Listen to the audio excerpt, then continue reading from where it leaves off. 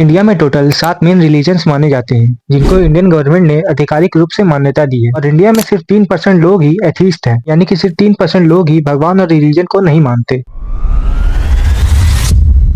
यानी कि बाकी बचे हुए भारतीय धर्म और भगवान के एग्जिस्टेंस पे विश्वास करते हैं और इसमें कोई बुराई भी नहीं है। लेकिन बात तो तब बिगड़ जाती है जब यही रिलीजन आगे चल के अंधविश्वास और ब्लाइंड फेथ को प्रमोट करने लगता है। Religion has actually convinced people that there's an invisible man living in the sky who watches everything you do every minute of every day. Religion का कॉन्सेप्ट काफी क्लियर है। इसे एक एग्जाम्पल से समझते हैं। एक हिंदू परिवार में एक बच्चे ने जन्म लिया और उस बच्चे को शुरुआत से ही बताया जाता है कि ये हमारा धर्म है और इसको ऐसे ऐसे फॉलो करना है। और बाद में वो बच्चा बड़ा होके अपने बच्चों को बताता है और ये जनरेशन बाई जनरेशन चला करता है। ऐसा हर धर्म में होता है। लेकिन क्या उस बच्चे ने कभी इसके पीछे का रीजन पूछा कि क्यों मैं इसको फॉलो कर रहा हूँ, इसके पीछे का क्या लॉजिक है? और इसी बच्चे की तरह हर कोई अपने रिलीजन को फॉलो करने लगता है, वो भी बिना कोई सवाल किए। And this is the whole concept of religion. अपने रिलीजन को फॉलो करना कोई गलत बात नहीं है, लेकिन ब्लाइंडली फॉलो करना, वो भी बिना कोई सवाल किए, तो उसे तो सिर्फ मूर्खता ही कहेंगे। इस वीडियो को देखिए।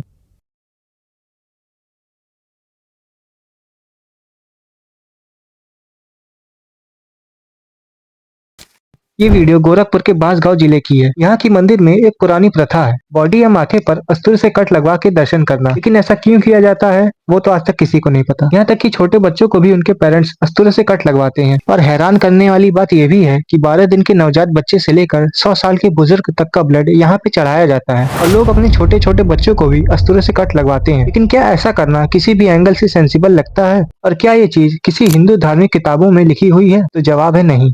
धार्मिक किताबों में ऐसा कहीं नहीं लिखा है कि आपको अपनी भक्ति साबित करने के लिए अस्तूरे से कट लगवा के रक्तदान करना होगा। इंडिया में हर साल दुर्गा पूजा और गणेश चतुर्थी धूमधाम से मनाया जाता है, लेकिन जब बात आती है विसर्जन की तो उन्हीं भगवान को किसी खिलौने की तरह फेंक दिया जाता है। जब एंड में आपको भगवान की डिसरिस्पेक्ट ही करनी होती है तो शुरुआत के 3-4 दिन इनको पूजने से क्या ही मतलब। और नदियों की गंदगी के लिए जितना ह्यूमन और इंडस्ट्रियल वेस्ट जिम्मेदार है, उसी तरह मूर्ति विसर्जन भी नदियों के पॉल्यूशन का मेन फैक्टर है।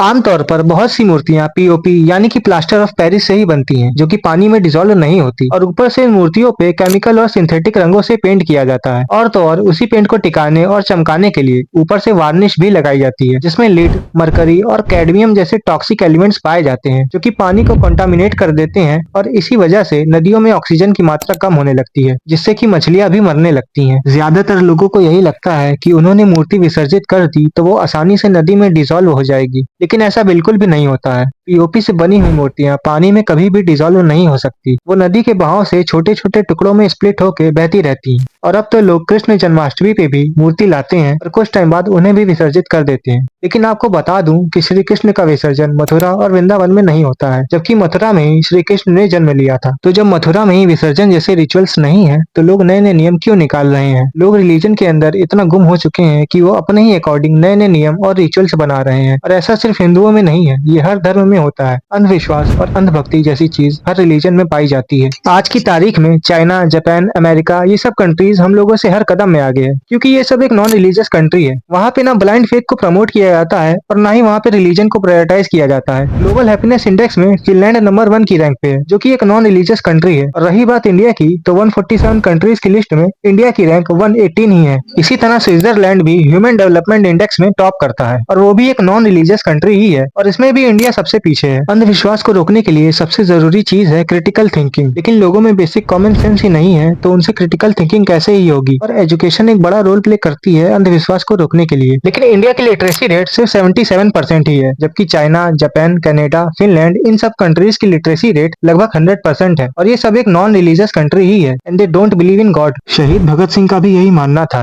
कि देश को बढ़ाने के लिए विज्ञान का रास्ता ही अपनाना होगा। उन्होंने अपने साथी रणधीर सिंह को भी यह समझाने की कोशिश करी थी कि देश और समाज को आगे बढ़ाने के लिए धर्म का रास्ता छोड़कर लॉजिकल थिंकिंग और साइंस का रास्ता अपनाना पड़ेगा। इंडियंस ने रिलीजन को नंबर 1 की प्राथमिकता दी है, लेकिन क्या रिलीजन ने इंडिया को नंबर 1 बनाया? तो जवाब है नहीं। जरा सोच के देखिए, लक्ष्मी पूजा पूरे भारत में मनाई जाती है, लेकिन सबसे अमीर और पावरफुल कंट्री अमेरिका है। इसी तरह सरस्वती पूजा भी इंडिया में ही होती है, लेकिन इसके बावजूद भी कनाडा और जापान जैसी कंट्रियों को मोस्ट एजुकेटेड कंट्रीज में ही कंसीडर किया जाता है। तो आखिरकार ये रिलीजन ने इंडिया को क्या दिया? रिलीजन के नाम पे आज तक सिर्फ हजारों की संख्या में क्राइम्स होते आए हैं, चाहे वो टेररिज्म को प्रमोट करना हो या चाहे समाज में हेट फैला के दंगे फसाद कराना हो। लोग कितना भी बड़ा क्राइम क्यों ना कर दें, लेकिन रिलीजन की आड़ में सब जस्टिफाइड हो जाता है। इंडियंस जितना रिलीजन को प्रायोरिटाइज करते हैं, अगर इतना ही अपने एजुकेशन और टेक्नोलॉजी को प्रायोरिटाइज करें तो ज्यादा बेटर होगा। थैंक्स फॉर वॉचिंग, मिलते हैं नेक्स्ट वीडियो में।